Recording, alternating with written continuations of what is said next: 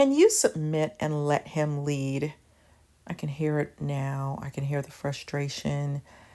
If you're fearful avoidant, you need everything defined. That is a key tip. Not everything, but it helps them to define things and to make sense of things, because relationships can be a scary place. And I want to be honest about what we really feel and not fake, and not say what's politically correct, and not say what my pride won't let me say. I mean, it's just the truth. I am finding that if things are defined for me a little bit better, then it makes it safer for me to love. And I think this is a key issue in a lot, or for a lot of people who are fearful avoidant. So, submission, that is a thing that has always been controversial. I know I've been to weddings before where they're saying the wedding vows, and when they come to that part that sounds like, I will submit to you, it's like the woman pauses. I've been to weddings like that where it's like, you're not in control of me. I ain't doing what you say. You ain't the boss of me. And with women's liberation, that is also an issue, right? So submission and leadership, those are the two key things that we need to explore. Can you let a man lead? It is biblical. Although the Bible, I'm pretty positive, says that both should submit one to another. And somehow we skip over the part about the woman submitting to him. But I think of it kind of leadership like in an organization. You may not like someone's leadership style, but if we follow everyone's leadership style, there's really going to be confusion. It's just like with therapy and counseling. If one therapist is working with a client, we don't both work with them because you're going in two different directions. One therapist might say slow down, the other one might say speed up. How can you do both at the same time? You will confuse the client. So it's the same thing with a relationship. If both of you are leading, then there's going to be confusion and chaos potentially. So the man is leading, right? That comes with responsibility. If a woman is leading, she's going to get frustrated and irritated sometimes because she's going to be like, why isn't my husband taking charge of this? Why am I the one who's always making the decisions? So you say you want to lead, but then if you have to lead, you're going to be pissed off sometimes because you're going to be like, why am I having to do this? Why am I having to say this? Why am I telling him what to do? It's emasculating. The word masculine carries a big weight, just like feminine comes with a big weight. That's why in dating circles, a lot of times women feel like, yeah, you should pay for the date because you are the masculine one. And when I'm paying for the date, it puts me in the masculine role. Although a lot of people have thrown all of that out the window, forgetting the fact that you're going to have to carry a baby for 9 months and breastfeed for another 9 months. And more than likely, you're also going to be working at the same time, and the man is also going to be working. So you're not giving men a role. And I think that's key to making relationships work. I think we need to go back to having at least some level of role because it's a turn on. And I think relationships are about turn-ons. I think we have forgotten about flirting, about romance. So when you have that submission and leadership role, it adds a sexiness to it. It adds an appeal to it. It adds it gives us different roles that we play. I think where the confusion comes in, because I know you're probably waiting for this, I think leadership does not mean take advantage and take for granted. I'm currently under the leadership of a boss at work who I greatly respect, and his style is leadership, not boss. It's leadership. He lets us all take the lead in our area of expertise. He doesn't use it as a power hungry tool to belittle, berate, put things down. A true leader, the best leaders in organizations say, what do the people in my organization need to lead effectively, to lead at a very high level? So you shouldn't be in an organization where there's no pencils, there's no pens, there's no paper clips, there's no staplers.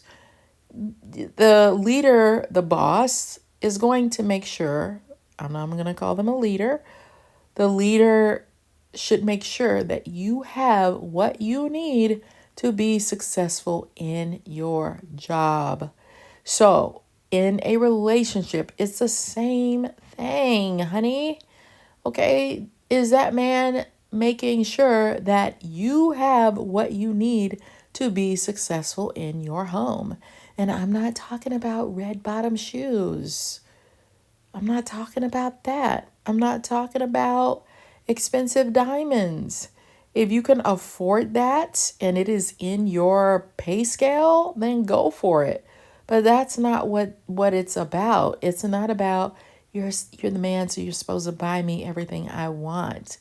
No, he is supposed to make sure that his household can survive. He is the overseer. Can we pay the bills? Is the house note paid for? Is my wife's car running properly? Is are the tires working? So when she's transporting my kids somewhere, is that all taken care of? Do we have groceries? Is everything running smoothly? Am I taking my kids to church? Are we making sure that they are Christian? What things are you putting into place that can promote a very healthy, as healthy as possible situation that you can? That doesn't mean, like I saw this men's symposium where this guy on stage said, my house is vegan because that's the healthiest option. And I told my wife, you're vegan now. And my kids are vegan now, point blank, and the period. And finally, some of the men on stage said, but I like barbecue. So you couldn't be in my house telling me that I have to be vegan when I like meat. I love barbecue. You see what I'm saying? So I'm not saying there's anything wrong with being vegan, but that's one of those areas that is up for discussion. You can't make me eat something that's going to be toxic to my body. Like, that might not work for my body. I might need some protein to make my brain work properly. So it's not about dogmatic demands like you are not allowed to have friends. That's a no. You are not allowed to watch comedies in my house. And it also doesn't mean that I get to take our money and pour it into businesses that we can't afford, that I'm lacking in skills. I want to take risk. I keep starting these companies and I keep bankrupting them, or I'm purchasing properties and they keep going into foreclosure. Light bulb. Obviously, you need to find another skill set, and you're taking your whole house into a very stressful situation. Just go get a 9 to 5. We're not here to support you taking unnecessary risks with this household. That is not leadership. That is taking money and gambling with it because I'm the man of the house. I can do what I want. I can go gamble thousands of dollars.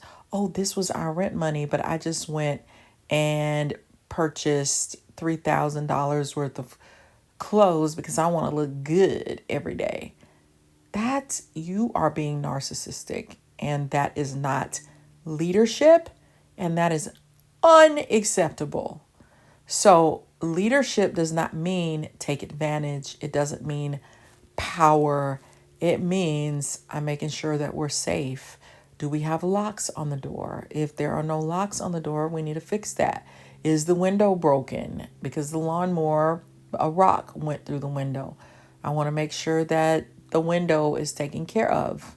So I'm thinking safety, protection, making sure everyone has what they need. Doesn't mean that he does all the grocery shopping unless he wants to. The woman might say, oh, I'm going to do the grocery shopping, or I want to do the cooking. The man might be like, no, I want to do the cooking. Or they might both say, we both love to cook. It's fun. So we can both do that. We enjoy it. Doesn't mean that you don't play different roles and that you don't lead those roles, right? A woman might have more of an instinct, which I think they do, with taking care of children. Not always, but most of the times they have a built-in instinct. So they may be leading on things like that, they're innate nurturers. Okay. It's not that. It's making sure that everybody has what they need. Submissiveness doesn't mean that you are weak. It doesn't mean that, it might feel a little bit like writing with your left hand to let this man be in control, to let him feel like he is the man. Submissiveness can mean letting him open up the door for you, being chivalrous, letting him play certain roles in the household. It could mean that if he's saying, I don't feel comfortable with you staying out at night with your girls until 1 or 2 in the morning. I want to make sure that you're safe. I think that's a reasonable request. I think that's reasonable. Is he your boss? No, he isn't your boss, but he wants to protect you and make sure that you're safe. I think that's reasonable. I don't think that's something that you start a big fight over. Listen to what he's saying. So I think submissiveness means respect, giving him the respect, listening to his train of thought, taking what he says as important. So it's got to be done a certain way if you want those particular roles. And I think having roles can add balance to a household and a healthy aspect to children, where you don't have both people are super high strung, running and leading everything. It could be difficult for a kid to maintain that as well. They need two people with two different roles. It really can help and be beneficial and healthy and fun and make life more peaceful. Next time you see birds flying in a group, a family, you will notice one bird is leading. When you see that V shape, one bird is leading. They're leading the way. They're telling everybody this is where we're going if we're going to stay together. It works. It creates a dynamic that makes it easier for the other birds to fly long distance. So there can only be one bird leading at a time. If you see two birds leading, then eventually one group is going to go in one direction and the others are going to go in a different direction. It doesn't work. So it works to have an order. A hierarchy does not mean that one person is belittled and treated badly. That is not okay. You do not have permission to do that or accept that. Doesn't mean that he can tell you never buy those kind of shoes again. They don't look good on you. You shouldn't wear polka dots. That looks ugly on you. That is not appropriate.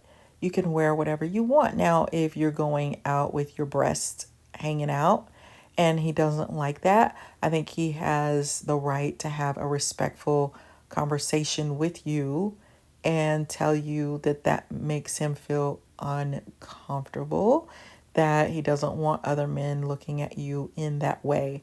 But if you like to wear pants and he's telling you you can only wear dresses, you're only allowed to wear dresses. Okay, well, now you're crossing a boundary. That you don't have the right to tell me whether or not I can wear pants or or dresses. But if you love the way I look in a dress, you can always say, "You look so sexy in dresses. You really turn me on when you wear the color blue." We have to learn how to communicate with each other in a way that is not offensive. So, ladies and gentlemen, what does it mean for the man to be the leader of the home and the woman to be submissive? The concept of submit often arises in discussions about relationships, particularly within a biblical context. In general, to submit means to yield or give way to authority or control of another. In many religious texts, submission is framed as a mutual exchange where both partners respect and care for one another.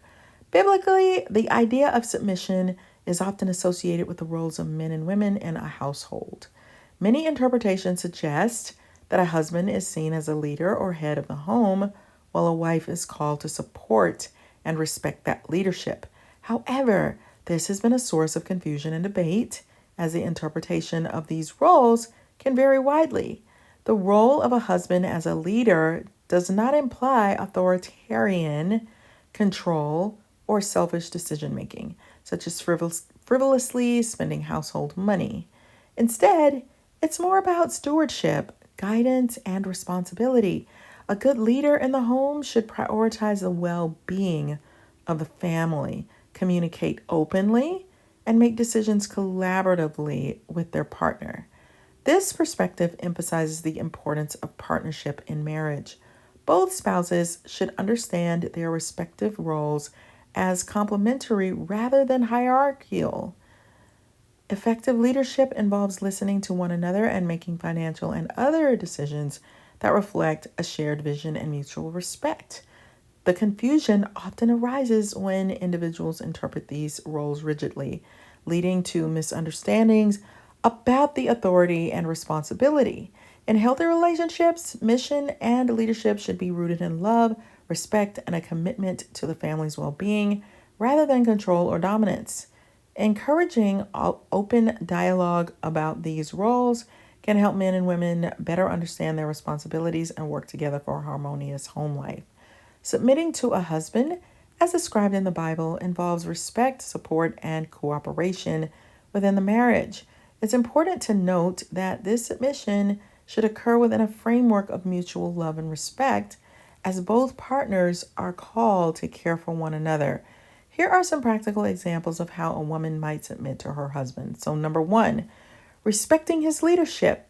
A woman can show submission by valuing her husband's opinions and decisions, especially regarding family matters. For example, if he has a particular vision for a family event, she can support that vision and work together to make it happen. Number two, open communication.